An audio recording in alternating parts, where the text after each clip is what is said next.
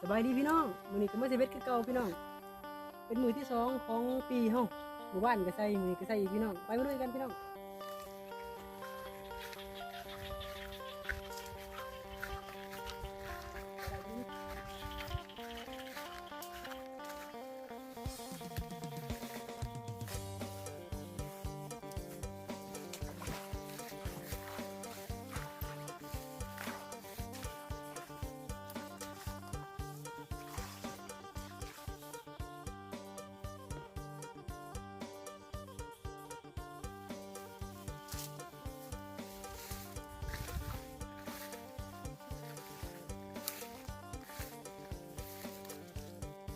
มื้อนี้ก็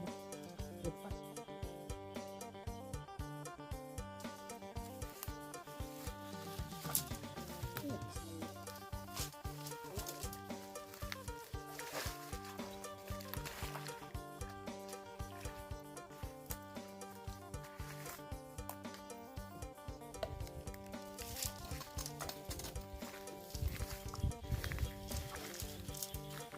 ไปดิ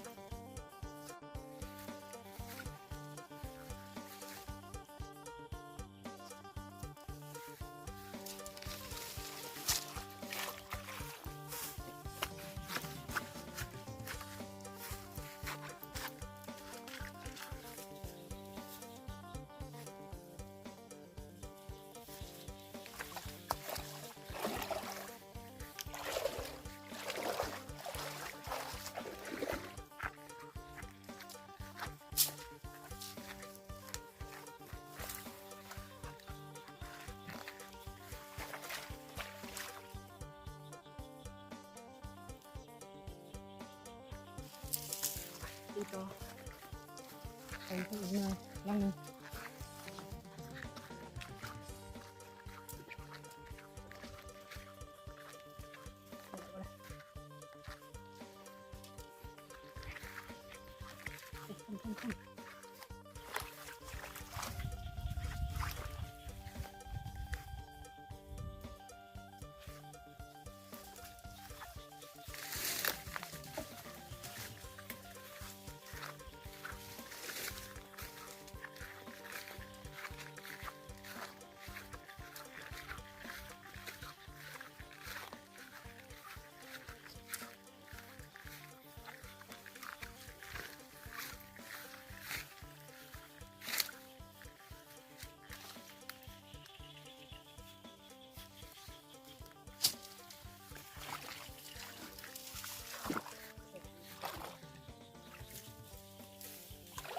ทำเตรียมตัว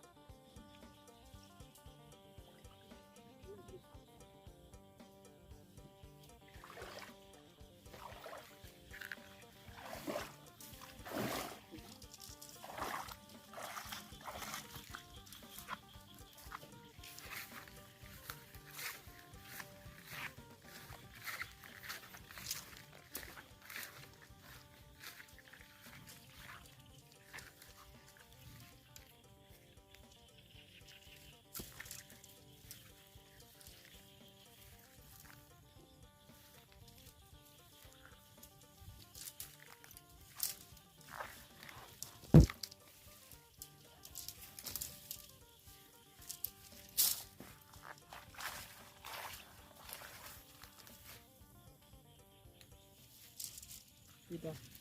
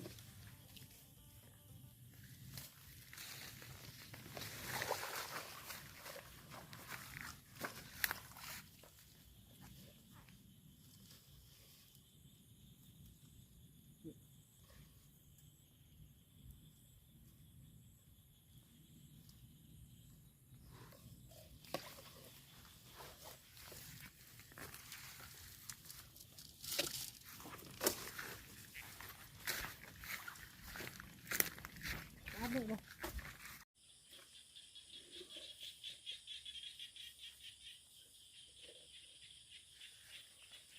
หลังจากถ่ายพี่น้องเขาถามเบิ่งย่ามตอนยามเนื่องพี่น้องไปกันเลยพี่น้องไปดิพี่น้องมายามเบ็ดพี่น้องยามเบ็ดยามแรงมาเลยมาเลย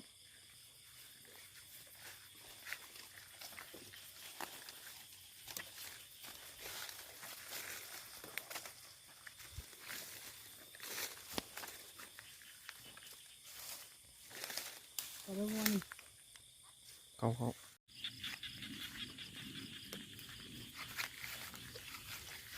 โอ้ดูไปพี่น้องโอ้ดีดีดีกบหน่อยพี่น้องกบหน่อยก็นับแต้มไปเลยพี่น้อง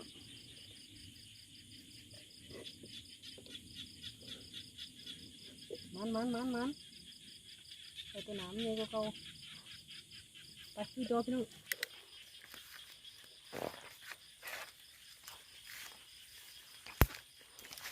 โอ้ถึงเลยพี่น้อง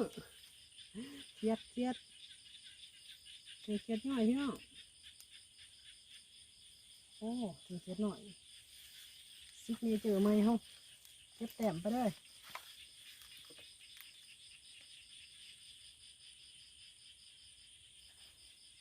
ไปพี่ตัว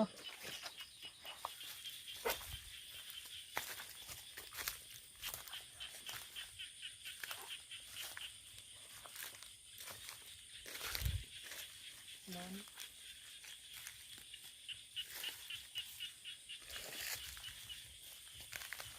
โอ้ปลาคอหน่อยเห็นปะ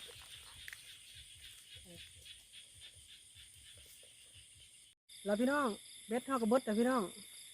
ฝากพี่น้องรับส้มในคลิปต่อไปพี่น้องมื้อนี้ประมาณพี่น้องบ๊ายบายพี่น้อง